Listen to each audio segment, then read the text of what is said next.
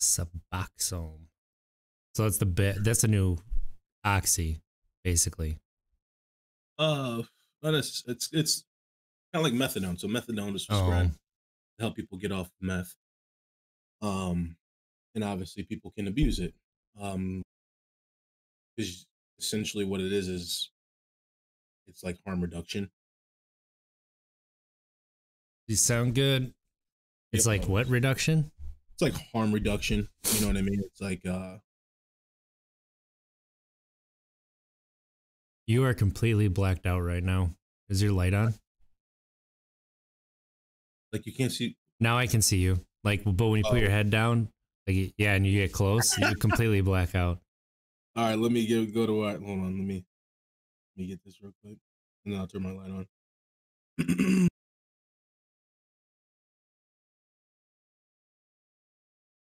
Did you hear about this stream elements thing?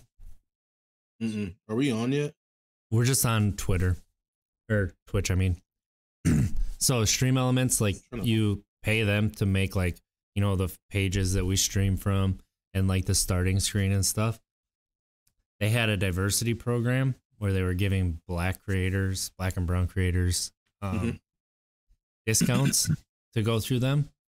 And then they would like take what people wanted and then basically not give them much at all, and then not really follow what people wanted them to make for their art, for their stream. It's a big thing online right now. Like I saw it through Zombie Kills, and there's a bunch of other streamers and stuff. And I think some people just didn't get any of the stuff that they ordered. And I'm talking like $5,000 they paid for some of this stuff. No, I will be outrageous. I would be livid. $5,000. Like, I'd be unstable. dude, I pay $50. I'm like, where is it? I'd be unstable. Yeah. And I'll just leave it at that.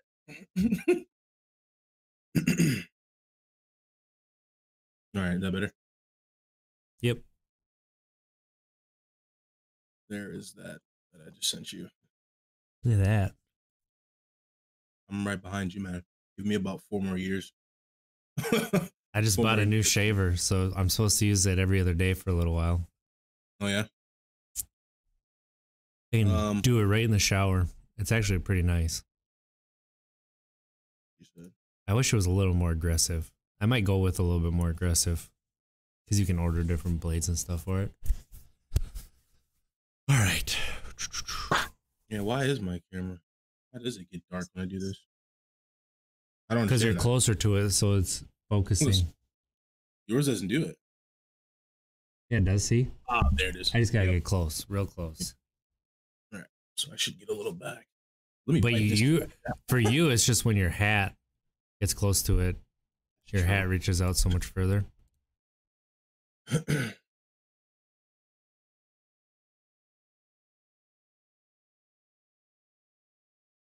Pretty cool stuff, man. It really sinks in. Playing side by side with Peyton Manning really sinks in. That you, we could touch on that too. Freaking played. I was part of the greatest, statistically speaking, offense in the history of the NFL. And that's because of Peyton Manning. Pretty cool stuff. Pretty cool stuff, man. Are you sure it wasn't because of Adam Gase? He's a better OC, I'll tell you that, than a head coach. But Peyton Manning is Peyton Manning. Remains to be seen. I'm not enthused about this Packers defensive coordinator hire. So I saw that. Well, Jimmy Leonard turned it down. He wants to be head coach for the Badgers. Yeah, that's what that said. That's what that meant.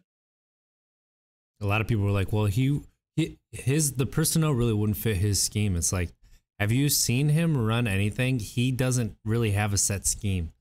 He's gonna take his talent and then put it in. Like, he's a really good coach, and that's what good coaches do. So people act like he can't adapt. Right. He's a player. He played. He gets it. He understands. He understands what the players are. Some of the stressors are dealing with. He understands. Absolutely. He understands how to teach it too, because he had it taught to him, right? So it wasn't just like theory told to him. Like it was stuff he had to take and use on the field. So, and he learned from Rex Ryan. Like, say what you will from Rex Ryan, but what'd you say? So I'm gonna get us some gear, some merch, so we can wear it. So we can wear our merch during the episodes. We should try to find a black printer and maybe like see if we can find like a black artist. Yeah, we can talk offline about that. Yep. All right. Here, you ready to go? Indeed. All right. Oh, what do you think about? So we're at episode 48. Oh, 2 weeks we might have the Wausau Mare. So I was thinking like episode 50. I mean, we haven't reached out to her yet, right? No, I just tweeted back at her, but okay. You know, I didn't bring this up. What about episode 50? We do like a soft reboot because we're gonna have a bunch of new listeners. So like we basically just reboot why we're on Tap Keg and who we are and what we do and stuff like that. Yeah. So and like kind of a checkpoint. Yep. Exactly. Yeah. 3, 2, 1. Welcome everybody, Untapped Keg. One of your hosts, RJ Zimmerman, here with my brother-in-law Monte Ball. Thank you for tapping in. How you doing, big fella? Good, man. Come on now, Super Bowl Sunday. I'm doing well. I forgot it was the Super Bowl today. Super Bowl today. I'm excited. I'm looking forward to it. But you know, as always, we got some serious stuff to talk about here on you know, our flagship podcast. What's up with you, man? How you doing?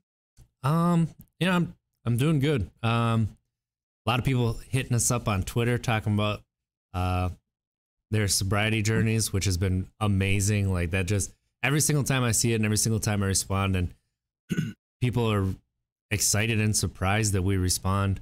But it makes me really happy. It gets me going for like an hour. It's a really awesome feeling. And like, we are serious when we say we're trying to build a community, trying to be positive, accept everybody. You know, we want to have a space where you can grow because we've all made mistakes. That's why we're sober, right? We're not sober because we were amazing people. Like, we're sober because of mistakes that were made. So it's okay. It's time to grow, time to be better than we were yesterday. And, just keep on moving one step at a time, right? One foot in front of the other. Yeah, let's talk about that real quick, man. We're fortunate. We're grateful. We're grateful because we're so fortunate from the engagement we've been receiving on Twitter. It's exciting times, and just like what RJ stated, we mean it. You know, reach out to us if you're struggling. Reach out to us if you're celebrating, you know, mile marker for you, that being in your sobriety journey. Reach out to us if you have a family member of yours, a loved one, friend, etc., who may be struggling, and if you need some advice on how to approach them, because obviously RJ and I have been through that, where we've had a family member approach us about our drinking habits. So we get it. We understand what approach one should have to the individual who's struggling. So I mean, it's we're here to help out. That's just really what it is. I mean, it's not rocket science here. We're here just to help. We're grateful. So I just wanted to share that. Thank you. Yeah, and one really cool thing about this too is we're hoping to have some guests. One of them sparked from last week's episode, talking about reformation from the government, like prison reform, more talk about sobriety, make it more better communities. So that would be really cool. Yeah. And then possibly having another person who just started their sobriety journey last year and talk about how difficult that was as well. So we're hoping to be able to do that. We'll keep you informed. You know, follow us on Twitter at Untapped Keg for more. Join the Discord. We'll be talking about it. Look us up on YouTube as well. So Untapped Keg everywhere you can find us. But let's get into it. We got a serious topic. We got a couple serious topics followed by some fun because Mont's got into some Rainbow Six. and it's gonna be a lot of fun to talk about that. But let's start with the serious topic. What you got, Mons? So you guys, it's not just happening here in the state of Wisconsin. Um, Obviously it's happening elsewhere, but since I'm stationed here in Wisconsin, I work here in Wisconsin within the recovery community. Obviously it's what I currently know. So the conversation that I want to kind of chat about here is doctors and what they're prescribing to those who are, um, battling with a substance use disorder. That being, for those who may not be familiar with Suboxone. So Suboxone, in a nutshell, what it is, it's prescribed to individuals who may be struggling with opioids. It's and essentially what it is. It's kind of similar to methadone, where methadone is prescribed to those who are trying to get clean from meth. Um, Kind of like to view it, and some may disagree, but it's open discussion here, is like harm reduction. So harm reduction is essentially, hey, we're not going to just let you go cold turkey. That's not going to be good for your system. That's not going to be great for you in the long run. That being maybe a month, 2 months, 3 months down the road, because you're going to be, obviously uh, in a bad position. You're going to be mentally in a poor spot because that drug has that tight of a grip on your mind. So methadone is essentially the same, similar to Suboxone. So let me jump right into it. So our doctors, from the data that we're seeing, our doctors are prescribing individuals who are stepping into these offices Suboxone, in acting completely oblivious to the fact that some of the individuals coming in are just checking the right boxes, saying the right things just to get the Suboxone, because these doctors are prescribing 24 pills or doses or whatever of the Suboxone, when all you need is really 12. All you need is 12. So some individuals are taking the 24, obviously using the 12, but selling the other 12 for money, to then completely, obviously, to fund, support their habit. And doctors aren't realizing this. Doctors are acting completely oblivious to this. Why? Because of kickbacks. Because of kickbacks for doctors, checks, etc., benefits, bonuses, all the above. And so that's the battle that we're facing right now. Is, as I stated, maybe in our last episode, maybe an episode before, where it's the Department of Justice here in Wisconsin. There's a significantly lack in education in the addiction realm. That is another conversation. And then here's this conversation about healthcare. Healthcare. Doctors are acting like, no, there's no way. There's no way someone who's struggling with a substance use disorder is lying to us and acting like they're trying to get better. There's no way that they're doing that. There's no way that they're selling the pills to get money to support their habit, and then coming back in to get 12 free pills or what have you, or 24, and selling 12 of them. And we're trying to tell them that is exactly what's happening. That is exactly what's happening. So there needs to be this educational push within our doctors, like, stop acting so oblivious to this fact, and stop being so, what word am I trying to use here? Greedy. Stop being so greedy. Stop lacking. Don't step on Unethical. those morals before. Thank you. Thank you. It's early for me. It's Right. early. It's early for both of us. So. But Thank you. Being yes. so unethical. And I won't get so long with it here on that, because I would love for you to chime in, RJ. But that's what's happening, man. That's what's happening. And many individuals are, instead of them prescribing the right amount, following up with them, making sure that they're taking it right, making sure that they're receiving the proper recovery treatment that they're supposed to be, they're not. So what it is, they're just literally adding fuel to the flames, and it's not helping. It's not helping our fight at all. So I'm really trying to push this education into the healthcare system. Like, you guys, we need to stop. I'm not a fan of it. I'm going to say it. I'm not a fan of Suboxone. I'm not. I think the doctors are overprescribing it, and obviously those who are suffering from a substance use disorder are abusing it. I'm not a fan of it. Not a fan of it at all. So something needs to change. Something needs to change. Yeah, I think this honestly goes back to the culture we've been talking about in Wisconsin and the stigma that follows sobriety. Mhm. So when you're when you decide to go sober, like you're already coming to a decision that you yourself can't handle a substance that a lot of your friends and family can, right? Like you have I don't want to say a problem, but an issue. Just Yeah. you've come to terms with it when you decide you're going to go sober. Like this is something I'm going to accept about myself. This is a weakness that I have. Um, I don't know where it happened, and maybe it's always been there, and I've just been oblivious to it. But the fact that we, as men, especially, but honestly as people, can't accept that we have weaknesses. It's it's not good for our mental health. It's not good for our culture. It's not good for what we teach our children. Um, it's okay to have weaknesses. It's okay not to be perfect. It's okay to admit that you're not right. It doesn't mean that you're wrong. It just means you're not right. And that's okay. You don't always have to be right. But when it comes to like sobriety and everyone around it, right? And this goes to everything. It goes to like people you work with, people you meet, like at restaurants, everywhere else.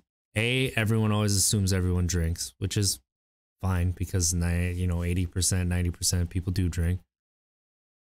But B, when you tell people you're sober, like they give you a look like there's something wrong with you, like, and then so now you're taking that to another step with like a doctor, and they don't want to admit that something maybe they're prescribing is causing an addiction, is causing a problem, is causing issues.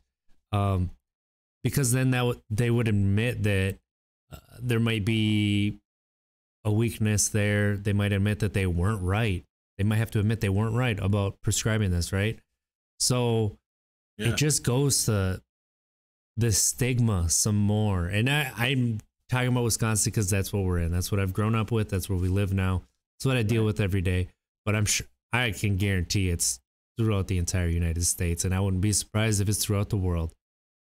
Our healthcare system does not help us. I mean, I just got some new insurance, and my medications go to deductibles. So I used to pay $40 for a medication.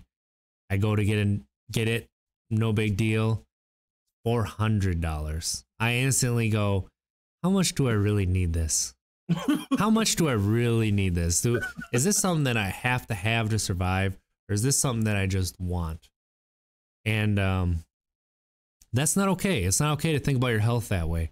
Your mental health is just as important as your physical health, right? It's just as important. And we're starting to come to terms with that. That's something that we focus on here at Untapped Keg, is being right in the mind as well as being right in the body. So, it's just having the holistic approach it encompasses everything, right? It's just, and that includes society and how society looks at us.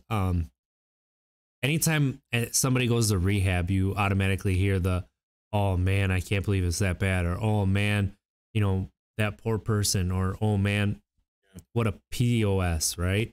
Like, but they're going to better themselves, whether it's voluntary or involuntarily. Like, they're going to get better, to get healed. And every single time there's a negative connotation when it comes to rehab. Yeah, and that's I'm glad you mentioned that, because that's the other topic as well. So when I mentioned about the doctors and stuff, and essentially we're talking about the entire healthcare system, where obviously if you're rich, you receive the best medicine. If you're poor, you might as well not even step foot in the office. That's the problem with America. And then obviously we talk about, just like I stated, the Suboxone, where doctors should not be getting kickbacks for prescribing stuff like that, because essentially what's happening is we're burning on both ends of the wick. Both ends are burning. That is literally what's happening. Individuals who are using opioids, burning. And then you go to the doctor, they give you essentially an opioid, burning. It's not helping, the organization that I work for and other organizations are trying to combat the data that we're seeing. We're obviously trying to make it better. And what do we say to an individual like, okay, hey, go to your and try to receive help. That should be the conversation, but we're like, what the heck is a doctor going to prescribe? The doctor is the Suboxone. They're going to overprescribe it. Which, how can you expect for someone who is at their low, their bottomless pit of rock bottom? How are you going to expect for them not to abuse an opioid when you give them 24 of them when all they need is 12? So literally, it's just not helping, burning on both ends. And then RJ, you stated it as well when we talk about um, this holistic approach. That is essentially the battle that we're going to have with these doctors. Is I'm a doctor, you can't teach me anything. I'm a doctor. We're just heavy pharma, heavy pharma, heavy pharma, heavy pharma.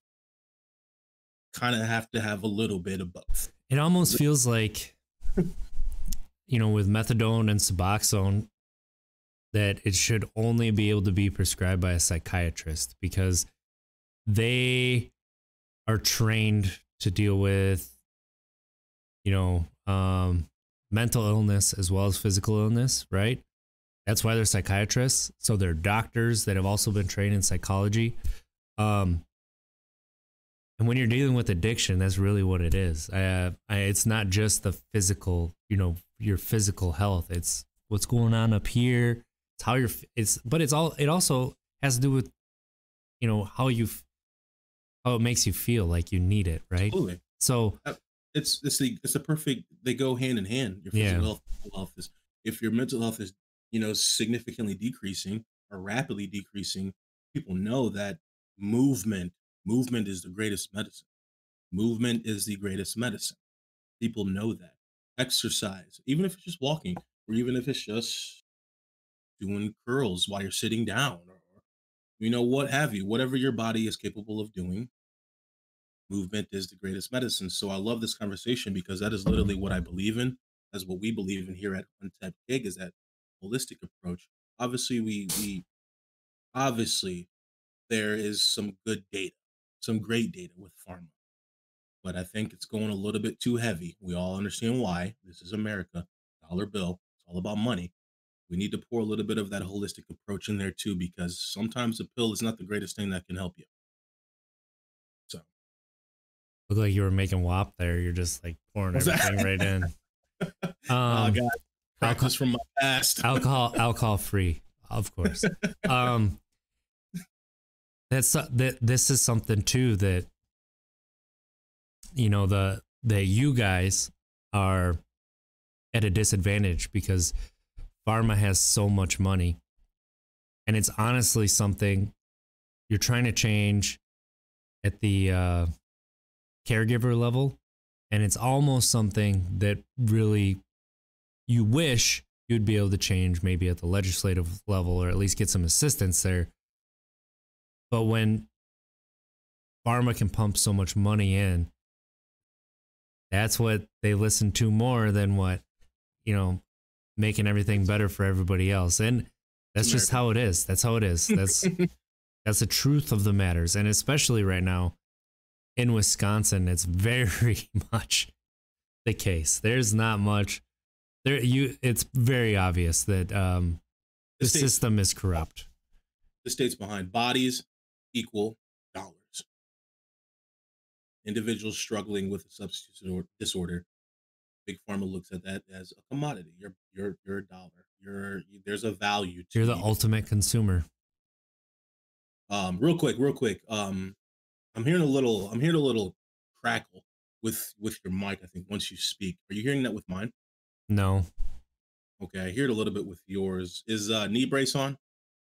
No, Dan the Man is on though. Hey, ask Dan the Man if he's hearing that. Do you hear a crackle, Dan the Man? We can keep going. I think that's what it is. Trying to battle Big Pharma. I mean, Big Pharma has such a grip on our healthcare system to where that's a monster. That's most definitely a monster that we're trying to combat. I mean, it's not bad, by the way, RJ. It's just slight. Yeah, Dan said he can hear it. He says it's not terrible, so I wonder what it is. Yeah, go ahead. Go ahead and try to figure it out.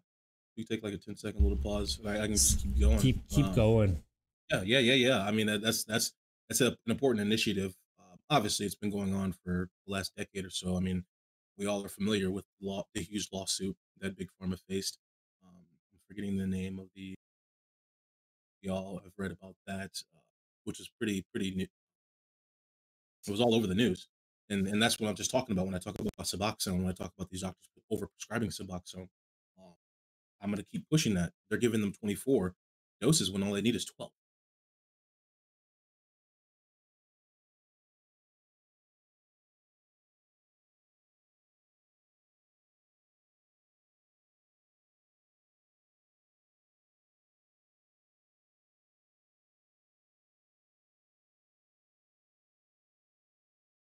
Education, which is what we're doing here in Untapped Gig, is just allowing for people to understand. Look behind this curtain real quick. Look behind the smoke and mirrors. A body is $1. Doctors are getting kickbacks. It's very unfortunate for the individual who's going in there for help, and they're viewed as there's a value to you. It's so unfortunate, but let's not act surprised. This is America, and we do that with black and brown bodies in the prison system. So it's unfortunate. I get angered by it. I get very upset about it because that same individual who goes in for help, who gets overprescribed the medication, if they go out and sell those extra 12 doses and get caught, not only did Big Pharma just make money off of them from the doctor overprescribing it, now the prison system's going to make money off because they got caught selling an opioid so that they can fund their addiction. That's the system, you guys. That is what we're seeing. That is what we're. Yeah, I can hear you. Yeah, yeah. I mean,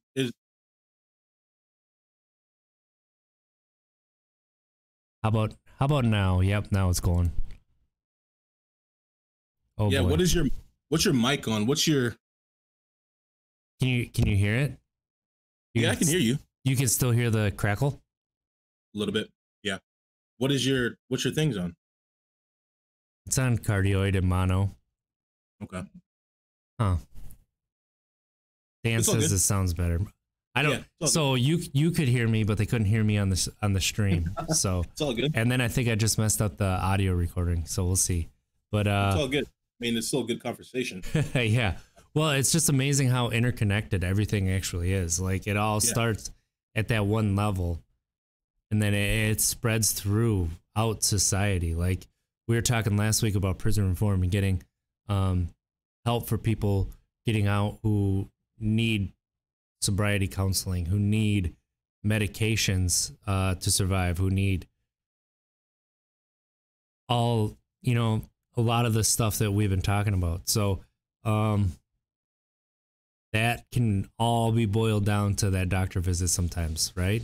So it's, yeah, the fact that everything is so interconnected, once you like start to look at it, it's mind blowing. It is. And it's sad, isn't it, man? Because not only, like I stated, Big Pharma is making money, the doctor's making money off of the individual suffering with a substance use disorder. When that individual is given an excess amount of an opioid that they're essentially struggling with, and they get caught selling it, they're now being used in the prison system for free slave labor, essentially. And also thrown on top of that is the stigma. The stigma. Oh, you are which we do not use this word, but you are an addict. Oh, you are a junkie. Oh, you are a drug head, etc. All, Yeah. you know, stigmatizing words that we do not use in the recovery world, but obviously people are still using that. So that's the cherry on top. And 95% of the time, the individual doesn't even realize that they were just slid down a track that was designed for them to fail, all because of money. This is what we're talking about, guys. This is the push that we've been trying to do. And again, I'm still learning. RJ's still learning, of course, because we're trying to just obviously just grasp the entire concept, which is difficult. But this battle has been going on since big pharma has had or has initially grabbed the entire healthcare system. And Unfortunately, this unfortunately. opioid epidemic, it's so difficult to grasp the size of it because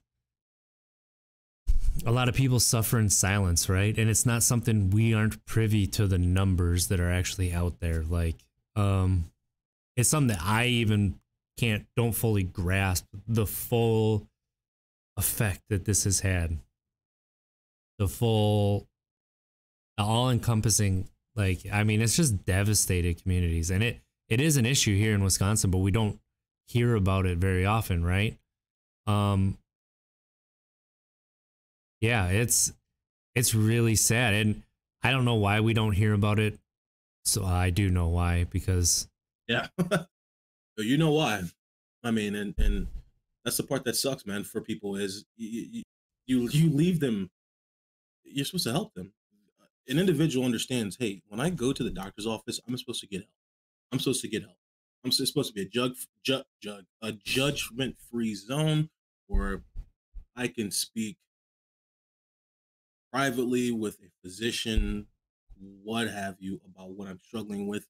No one's going to know what I'm speaking about outside of this office. And this is what I'm going to get help for. And I'm going to get help. But no, it's a it's a system that has many holes in it, designed holes, because when a body falls through that hole, everybody gets paid. That's unfortunate. And I get very pissed about it because many people don't even know about this. Um, Yet we're still hearing some of those stigmatizing words. So I'll let that go. Right now, I don't want to eat up too much time about that because I can get very upset about that. well, I get it. I get it completely, right? And it is very, I'm trying to think of the words, right? It's just Yeah, infuriating yeah, that there's people who can help just don't want to. They want to bury their heads in the sand. They don't want to hear how they're possibly making it worse because, like we talked about before, people have problems being not right. right, And it's okay to not be right. I don't know. I don't know everything, right? I don't even know everything about my field. I don't know everything about simple right. job tasks because I've only done it once or twice, right? So you don't know what you don't know, and if you don't embrace that fact, you're going to be a stunted human being. You're going to have You're leaving a yourself. very narrow focus. Mm. And Yep. you can be pleasant and people can like you, but when it comes down to it, you're not as fulfilled as you could be. So It's a good way to put it, man. That's what it is. If you're too proud, if you're too proud to admit that you don't know what you don't know, then you leave yourself with no room to grow. Because one individual is not the creator of all. One individual did not create Facebook. One individual did not create Amazon. One individual did not create Tesla, Microsoft, Apple, Microsoft, Apple. Exactly. Those are obviously the anomalies, those companies, but obviously we can even go on forever about the smaller businesses or the other ideas, etc. Many people help to grow something. So as we always say, it takes a community raising a child. It takes a community, etc. And this is what we want to build here at Untapped Cake: is a community to spread education, spread knowledge about this realm of addiction, avenues to receive the proper care, and obviously our giant push to have it 50-50 pharma holistic approach, as opposed to it being 90% pharma, 10% holistic approach.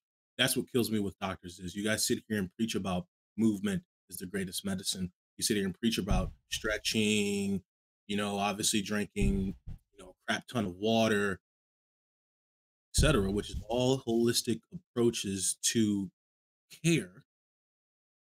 And then you sit around and overprescribe pills.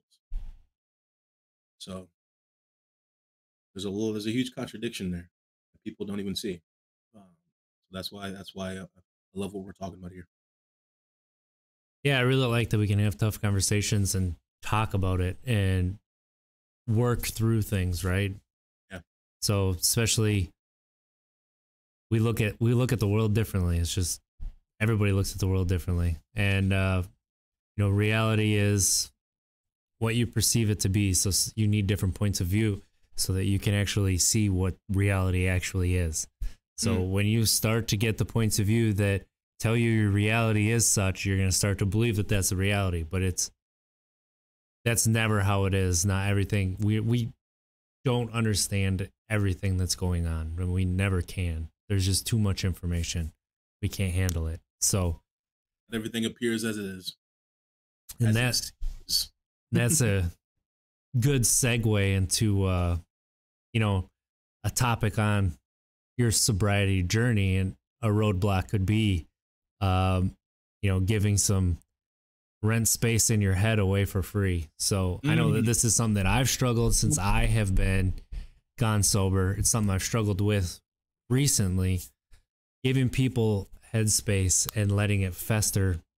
And used to use having that medication, that self-medication, having that crutch, having the ability to just turn that off, right? And what are some methods that you use to help with that? Because I know I don't have very good answers, so I'm excited to hear kind of what you do too.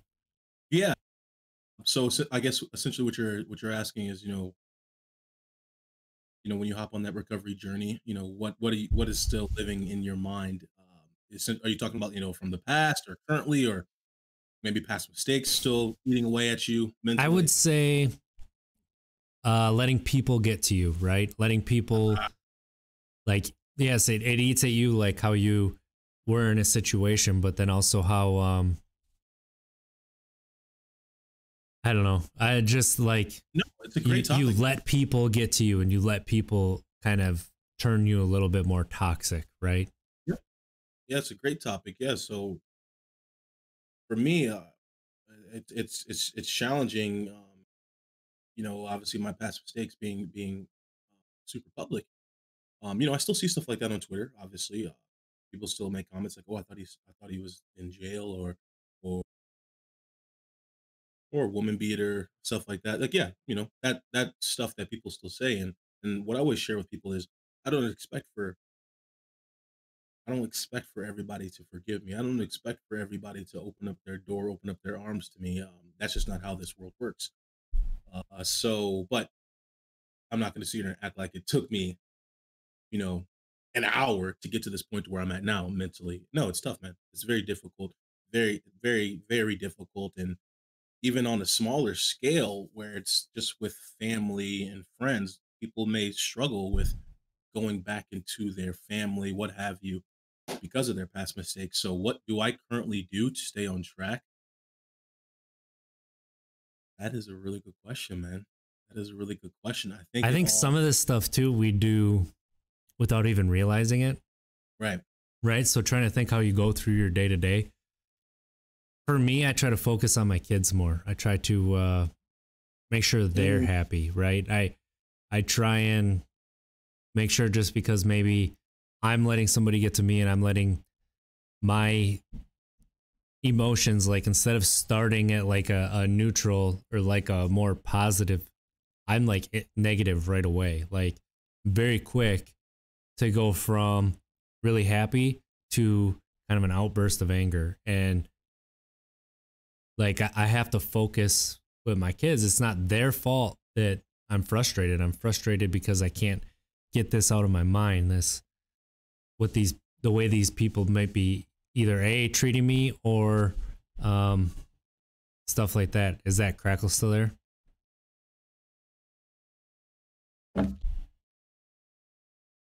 Is that crackle still there? nope, no. Just checking it right now. It's you can barely hear it. I think you nailed it, man. I mean, when you talk about your kids, when you those thoughts creep back into your mind, and you realize, like, wow, bear with me here, guys. When you realize in your mind, like, there's a space in there that's still holding on to some negative energy, still holding on to negative energy, you realize that. And I think you nailed it when you say you just think about your kids. So for those who are listening, obviously, just like what RG stated at the beginning, we got sober because we weren't we weren't on the journey to try to be perfect. Perfect is obviously something you can never, achieve, but you can continuously strive for. Well, we were nowhere near that road while we were using. So now we're at least on that road. And I guess essentially what we're saying here is when you have those thoughts, when you feel that judgment, when you realize that you have compartmentalized that judgment from the others in your mind. You just have to figure out a way to completely eradicate it. And RJ stated that he does that by thinking about his children. I do that by thinking about my son. And essentially, what that is why does anything else, why do others' opinions matter? They don't pay your bills. They don't know anything about you other than probably what they read or what they hear from other people. They have nothing to do with your life or your progress or your progress. So essentially, you just got to focus on those who you care about and obviously yourself. You're doing it for yourself. That is it. That's it. And then I guess to throw a little nugget in there, what helps me out as well is I want to prove people wrong. That's just it. That's the cherry on top. After all that, I want to shove it back in your face. I want to make you eat those words that you possibly just tweeted, or make you eat those words that you possibly just told somebody. That's the competitive side of me, of course, but that's what helps me wake up. Yeah, I think what also gets tough, like for me, is when it comes to people maybe you see every day, or people, honestly, coworkers, right? Like I've never really, in the field that I work in, it's very masculine. It's very macho. You know, I've rarely have I felt like I'm one of the guys, right? I just, in my field, I feel like I'm more of an anomaly because um, I don't try to fix everything with physical, I don't try to, I do have the anger, I think, that pretty much everybody else has, right? That boiling point, like all of a sudden something's frustrating you. You get that extra angry strength and you get it, right? Or um, there's those other things, but then it's like, because I'm not one of the guys, like, try to stay out of conversations, or, when I pipe up, it's usually about stuff that I know about. Like I'm not making stuff up, and sometimes that can come off as condescending too. So I don't mean to be that way. Sometimes that's just how I come off. But when it's not just it's people that shouldn't have headspace, right? It shouldn't have space in your head. Shouldn't be taking it up. Shouldn't be frustrating you. Like as soon as you walk out, whatever it is, what it is.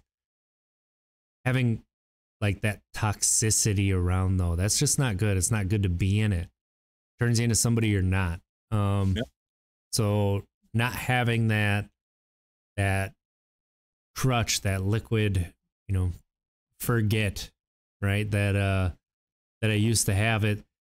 I think that's part of the reason that I do dive so deep into stories. That's taking up that space in my head then, trying to forget about that stuff, or try to think of ways, like, just trying to think, am I a good person? Am I hard to work with? Is that what it is? It might be. I don't know why. I don't know how I can change it. It's just a self-diagnostic check. Yeah. You just constantly doing that, which there's nothing wrong with that at all. That's the beauty about the journey. It's a tool that you've learned, is to think about how your words are being received, how they're coming out, how are you approaching situations, are you rubbing people the wrong way? Um, that's what I love about the recovery community. And I apologize for cutting you off, man. That's all right. Um, I was kind of spinning my wheels there.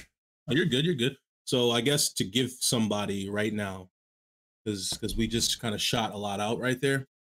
The best advice I can give somebody right now who's listening, who may feel like they have that space in their head that they just can't eradicate, and that space being just judgment from those who you wish that weren't judging you. Fill it with family members who aren't judging you. And tap into your recovery community where you're at. I love the recovery community because it is completely judgment free. Should be. The ones that I've been involved in are, because people don't care about your past. You do not care about what you did yesterday. People care about today in the recovery community. They're grateful that you showed up and they're looking forward to your future. So try to figure out how you can tap into that recovery community and then fill that space with that. That's what I did. That's what RJ did. And I that's think that's extremely part of why I wanted to create this. I wanted to make that community, right? I wanted to be surrounded by like-minded individuals. I didn't want to be an outlier anymore. Like the most fun that I've had at work is with other people who are outliers. yeah. It's just it's hard when you feel like an outsider, no matter what.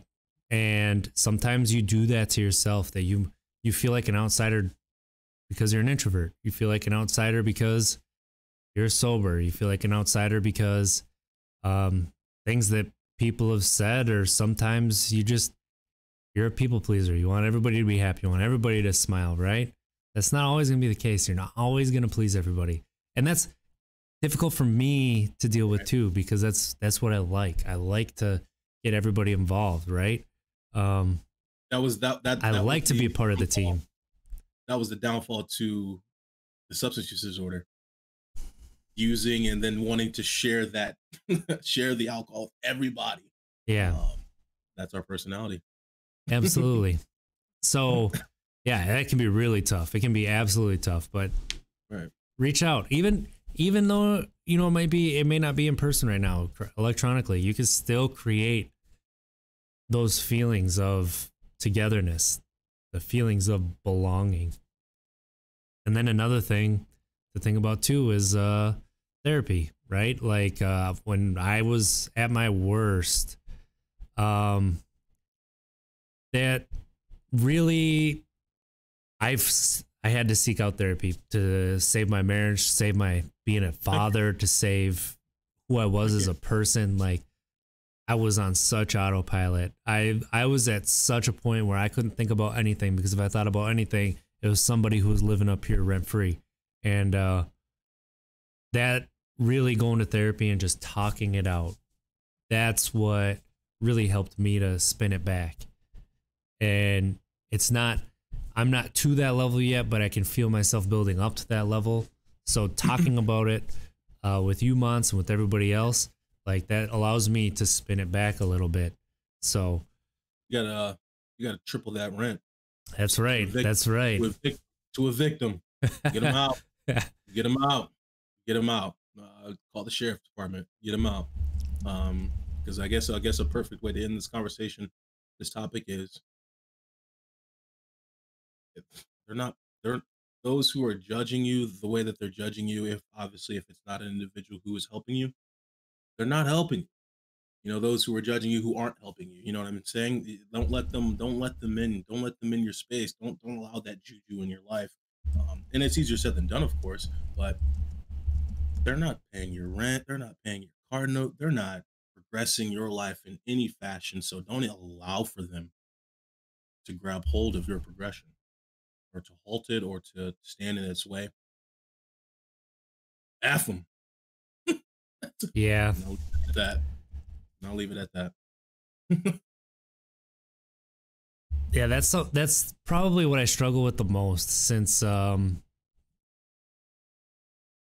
gone sober, is that, because I do have a tendency to just live up here and think about dumb stuff, things I've said to my wife, things I've said to my kids out of frustration. I had really bad anger issues growing up, like in high school. Like there's still stories about the times that RJ kicked everybody out of his house once because he got mad.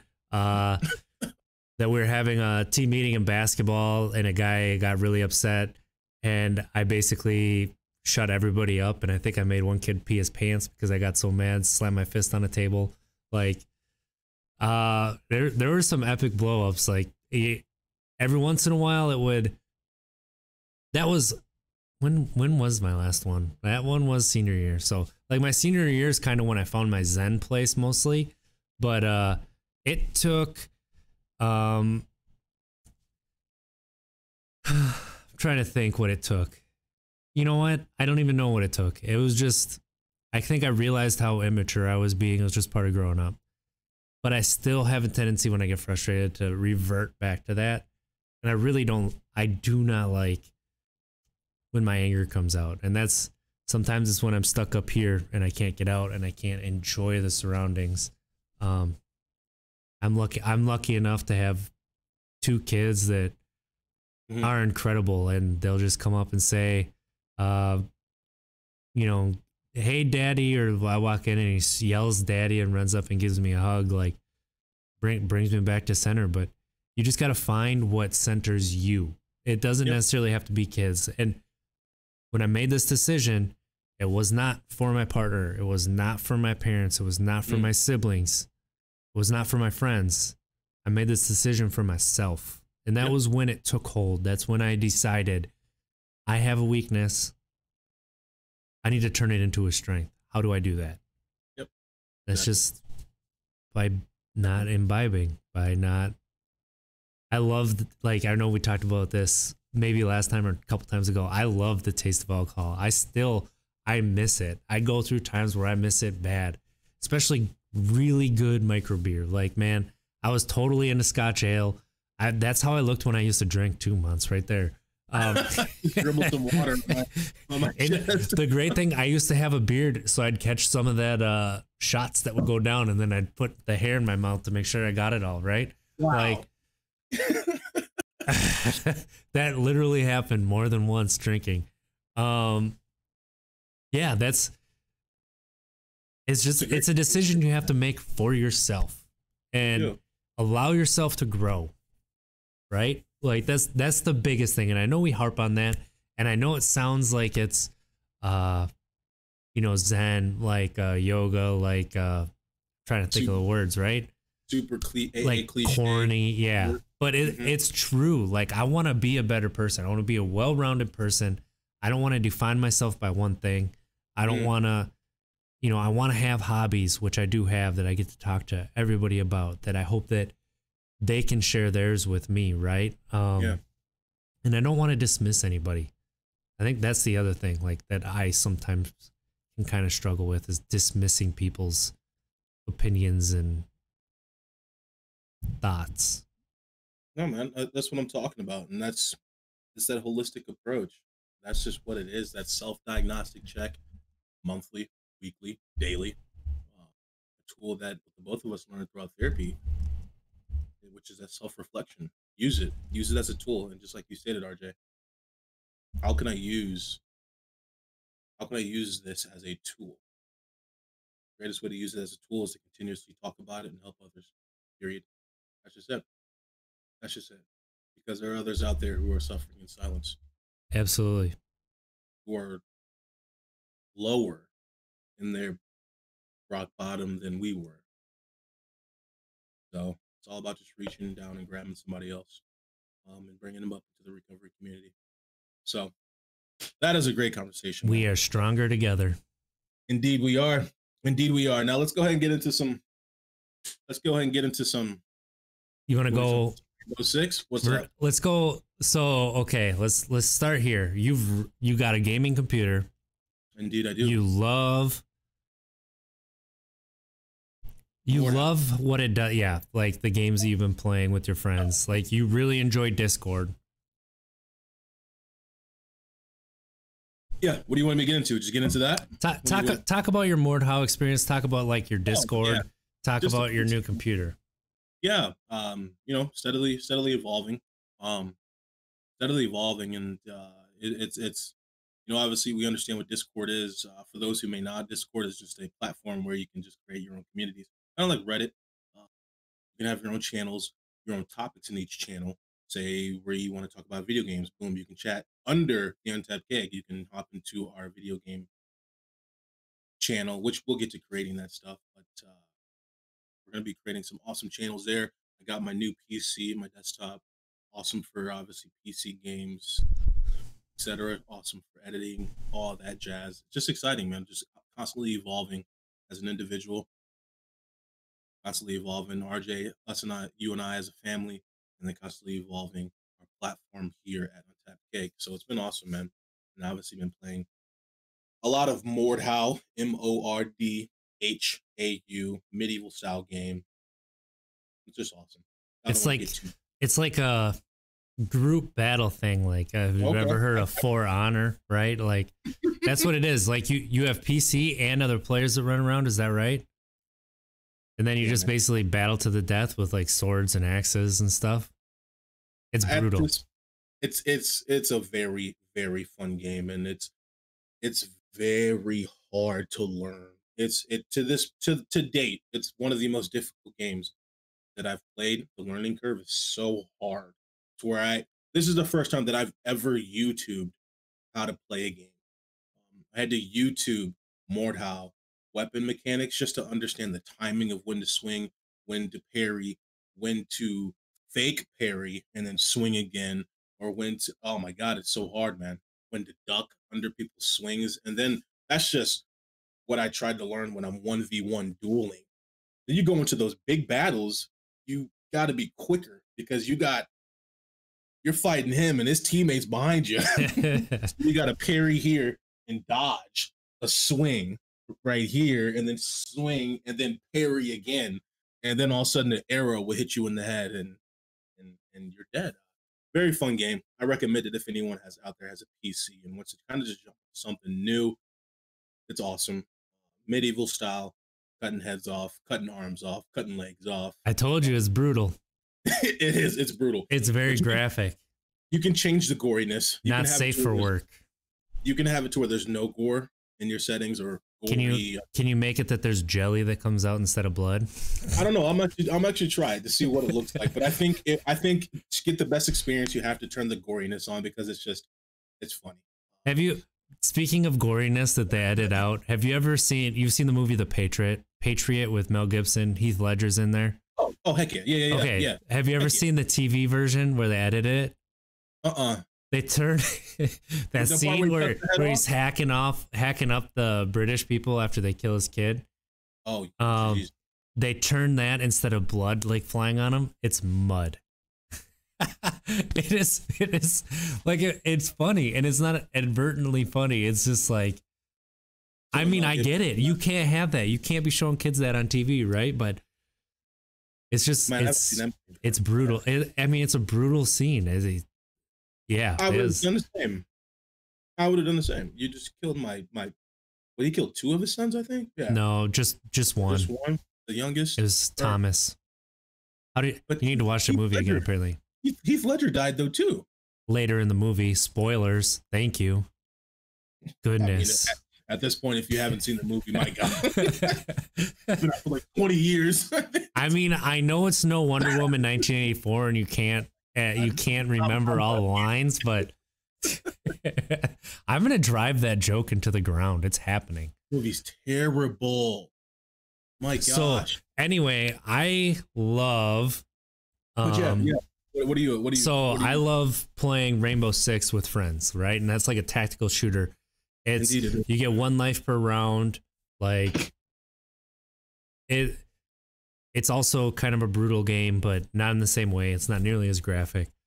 And I've been trying to get you into it, and you played it once with no friends, had no idea what you were doing, and you're like, I hate that game. I'm not playing it. Like, but you play with other people that kind of show you how to play, and it's a lot better. And you're like, nah, I'm gonna pass. I'm like, all right, if that's what you want. Like, I get it. It is slow. It's slow and methodical, but it's the tactical part that's the most fun. And so you jumped on with me and a buddy last night and totally turned your opinion around. And you haven't even got to play with anybody who's fun to play with yet. You did. I'll admit it. You most definitely got me hooked to it. The thing I like the most about it is the tone is completely different. Yes. Than an X or a Warzone, because like in a Warzone, depending on what patch they're in now or update, you can die, and then if your teammates are alive for the next like 20 seconds, you automatically respawn. So dying in Warzone is like dang it, all right, I'll be back. Dying in Rainbow Six, you're done. It's over until the next round. I think the tone is different, and again in the Warzone, you get You know, some individuals are getting 20, 25 kills. In Warzone, In Rainbow Six. 6, 4 kills is a lot. Kind of like that. Yeah. Yeah. I do. And it's like one bullet, done. Like you're done. So like you may not even see the person. You might think you see them, and then but they can see you completely, and you're toast. There's no changing it. So it's not a game I love to play by myself, although I do like those situations. I'm probably gonna go back and play them. But and that's the best way to unlock. So you need to do that. But Yep. As a team game, like it's when you play with a bunch of people, you know, like it gets a lot of fun. So that's yeah, it's totally Search and Destroy sequel, Nebrace, totally. And when people are really good at that game, it's frustrating, right? Because there are people that run into and they just like are just like super twitchy and are really, really good. But then there's other people who are slow and methodical and like you're not even expecting it. So What about when I stood in front of the doorway? Yeah, very first game, Mons stands in front of a wide open doorway, back to it, just boom, plow, dead. Not even 5 seconds into the match. I'm thinking Warzone. You can take a couple bullets. You know what I mean? You can take a couple bullets and figure out where they're coming from. Nope, not Rainbow Six. Rainbow Six is super realistic. Take a bullet in the back of the head. Yeah, it's definitely slow. It's fun. It's fun to play with friends, and it's fun to laugh about how bad you are. It's definitely. I've gotten over the fact that I'm not good at games anymore. I used to be really good, but I'm just not, and that's okay. I just don't have the time to be good at them. But I've been playing a lot of Mass Effect Andromeda. That game, I just love the storytelling in the Mass Effect games. I'm so excited for Legendary Edition. I'm a little nervous about some aspects that I'm seeing, but that's all right. It's going to be really good. It's going to be fun to be with those characters again. That's the biggest thing, is the character building, the world building, the lore that's attached to both of, like all 4 of them is just, it's awesome. I'll tell you what. So, well, I guess it would have been last year. Yeah, last year was the first time when I was at your house and we were watching the Game Awards. Was that in December? Yeah. It was my first time ever. You know, I was catching it live. I usually would just catch, you know, clips, snippets of it on Twitter. Watched about, third of it, maybe 50% of it at your house. And I must admit, when I left your house and I heard that huge explosion, figuratively, about Mass Effect and checked Twitter and everything, I must admit that was the great, in from what I've seen. I haven't obviously seen it all, but that was the most anticipation build up and explosion fan wise for a video game that I've seen to date. I have not seen that much of an explosion on Twitter for a video game, even over top of Last of Us 2, God of War Ragnarok. When they mentioned just this, what did they do? They just showed the symbol or whatever. They showed a little trailer. They showed the Mass Effect relay. People went nuts. People went nuts, dude. Yeah. I was like, okay, maybe I should check this game. I have not seen hype like that. The only thing is, it's a long game. Like, to do it justice, you need to put like 70 hours into each game, up to like 120. Like, for real, I'm not even joking. Like, you got to get the character world, the world building, the character relationships, like, and it's worth it. It's totally worth it. It's like, one of the best books you read, but you're playing it, and like one of the best movies you've seen, except more detailed because there's so much that goes into it. So yeah, it's very good. And I'm just gonna go way off. One of the best books I've read. It's obviously I'm still reading some, but the Da Vinci Code. Oh, I thought you were gonna say Vampire Diaries. Oh my God, no, the Da fan Vinci fiction. Code. Dan Brown, the Da Vinci Code. For those who may it's not a have good read one. Read it. You'll probably finish it in 3 days because you'll get hooked. But anyways, it is a good one. Mass Effect, that explosion, I was like, oh, like what are these people freaking out about? And obviously hearing it from you, RJ. It's a lovely game. So I'll most definitely have to dive in. We love I our don't want Garrus and our Liara. that fear of missing out, that eats at me. So I got to get in.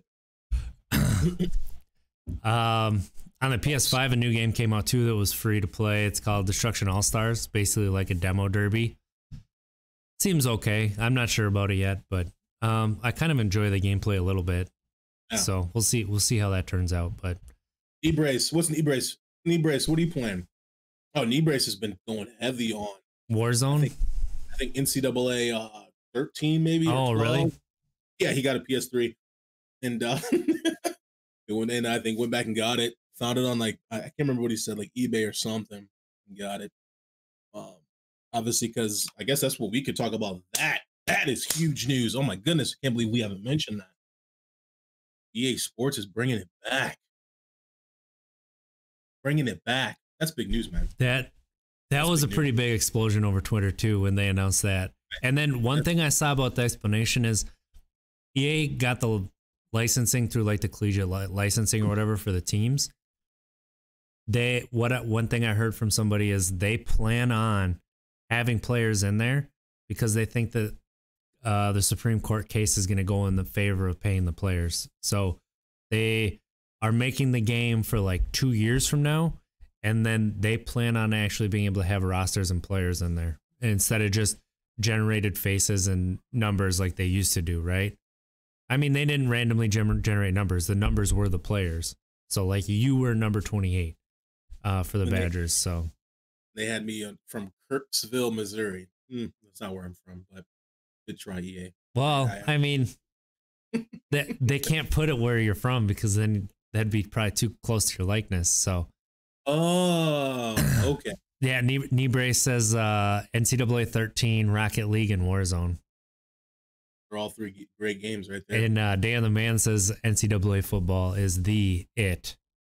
Ooh, yeah. I have to recant my statement about the big explosion, the largest explosion I've seen, that being Mass Effect. No, I think it is. You're right. It's NCAA football was that one just blew up. The anticipation. I mean, we're talking 8 years.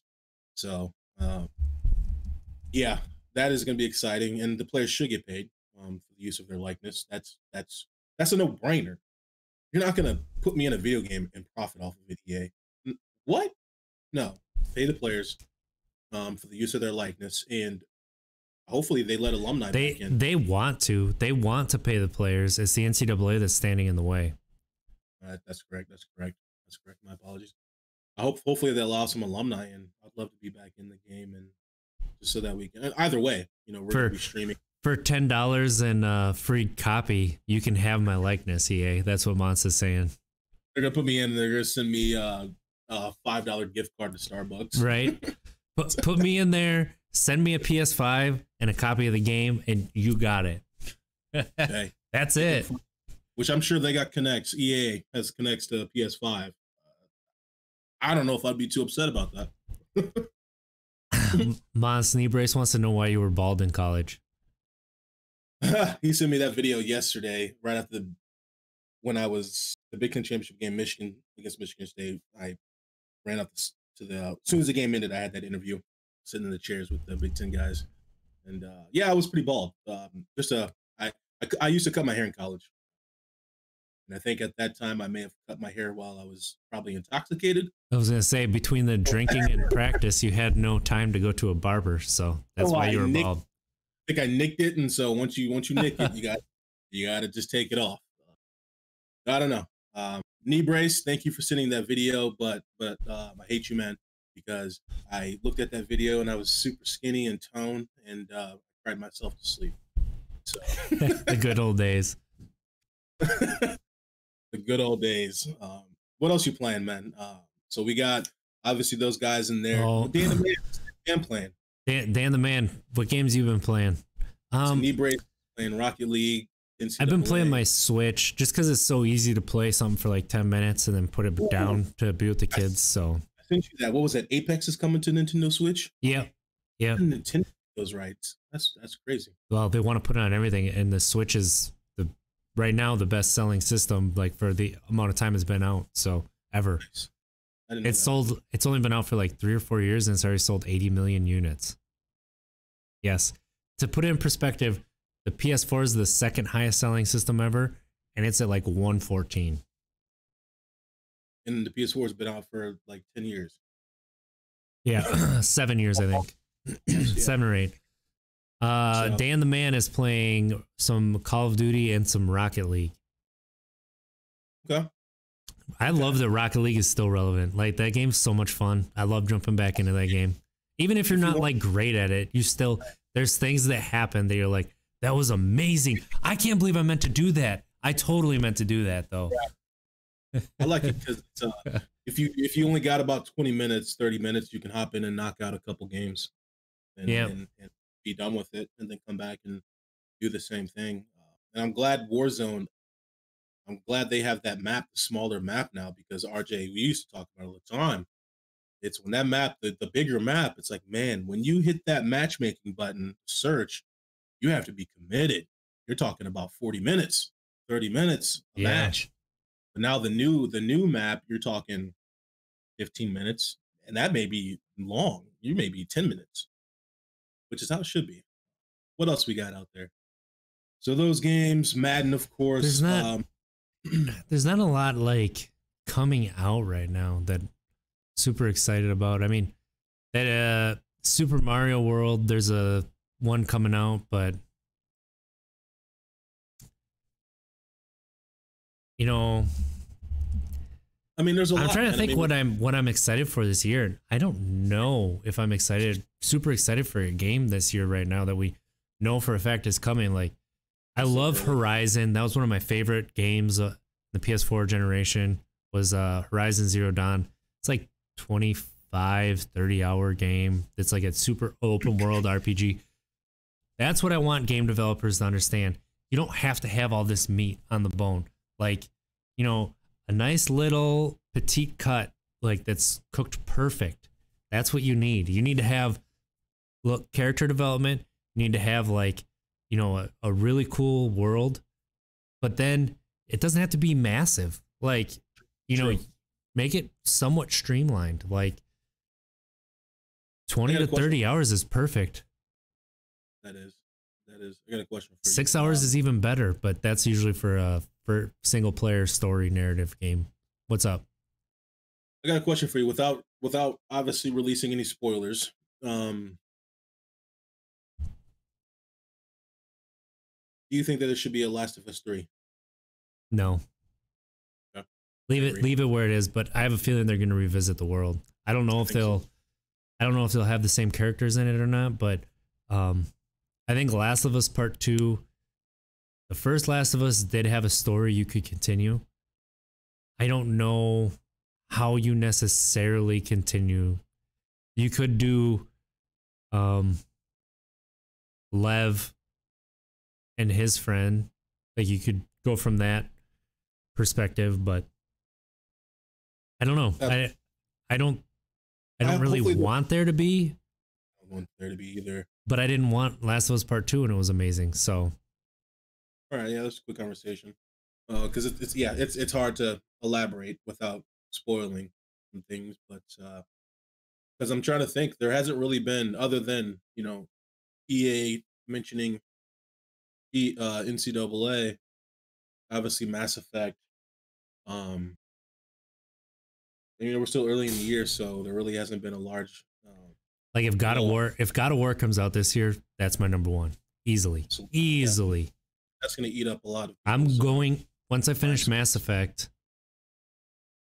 I was gonna start either Resident Evil 3 or Resident Evil 7, but I think I'm gonna play God of War again. I am not a fan of the Resident Evils. Dude, Resident Evil 2 remake. That game was so good. Like the atmosphere, the tension, that game was amazing. So people love it. So I know I'm missing out. Obviously, if they keep making more, they got the right fan base. Yeah, man. The video game world is we're diving deeper and deeper and deeper into this rabbit hole. I mean, I grabbed the desktop, see what I'm missing out on in the PC world. The thing I like about PC games, man, and again, I'm not For those tuning in, I'm not a PC guru. This is my first time actually really diving in and playing a PC game, but I can see now what people talk about when they talk about how a PC open world game is compared to a a console open world game. There is a lot of freedom in the PC realm of things. I think there's great nuggets on both sides. I guess I just hopped over for the time being just to kind of check out what I'm missing out, and I can see what they're talking about. The freedom that you have in the PC realm, video game based, video games. It's huge. It's huge. And pretty cool stuff. The community is awesome too. One thing that I noticed immediately, and my good friend back home, I mentioned it to him, and I'll shut up and stop talking. I said, after I played the video game, I think I've put in now about 14, 15, 16 hours, maybe more actually. And I messaged him and I said, hey man, the one thing I've noticed about, at least in this community, that being with Mordau, is there's no toxicity. Obviously, you get a few here and there, but way different compared to chat rooms on on consoles, or even the chat box on Rocket League. Yeah. In Mordhau, it's, even if you're getting destroyed in a 1v1 duel, the guy will type, GF, good fight. Even if it's out of 5 rounds, if he beats you 5 times, 5-0, good fight. Good job, or etc. But Rocket League or these other consoles, and again, you still have a few, but it's you get a lot of toxicity. in Part of it too is that's probably a little bit smaller community. So smaller community breeds that. When you get such a large community that doesn't, that door is open, brings everybody to run through. And then you got gatekeepers who are in there and they try to slam that door in people's faces saying, nope, you can't come. So yeah, for sure. I totally get that. But I think we could talk video games for quite a while. We'll talk about some more next week, because I plan on, I don't know if I'll beat it, but I plan on trying to start another game to kind of like parallel with Mass Effect, because I'm starting to find that I need a little bit of a chaser after, like with that game sometimes. Like sometimes there's a little bit too much meat. That's what I meant by the too much meat on the bone. Like if they'd have focused it, made the maps a little bit smaller and tighter, I think it made the game a lot better. But sometimes they just made it big to make it big. They didn't put anything in there, but it's like a sand dune planet. Like, cool. Buy Mordhau on your laptop through Steam. It's $30. $30. Then you can hop into my community. We'll talk offline. Yeah. But, speaking of communities, jump into our Discord. It's an app you can get on your phone or computer. Like, that's trying to grow that community. Talk right to us, kind of like Twitch chat, but we can always answer it. And then, look us up on YouTube, watching us on Twitch, any podcast service. We have a sports show as well. We're here every Sunday at 9 a.m. Try to be on. Sports show records Thursday nights at 9. 9 p.m. Central Time. Where can they find you, Monts? You guys can find me at Twitter, MonteBall28, Instagram MonteBall, obviously our Untapped Cake pages.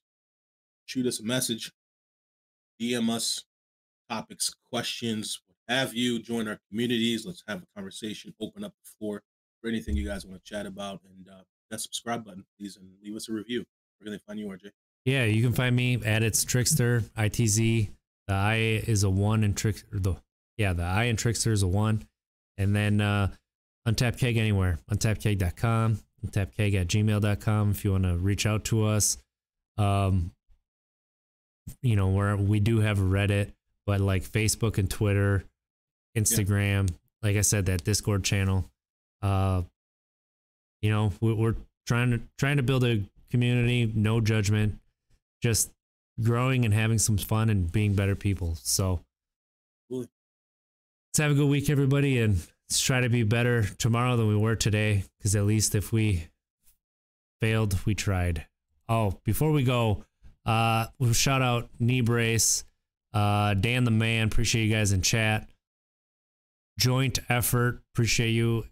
FTO Payer, Commander Root, Casino Thanks, A10, and another TV viewer. We appreciate you guys for checking us out. And, we'll see you guys next week. Yep. See ya.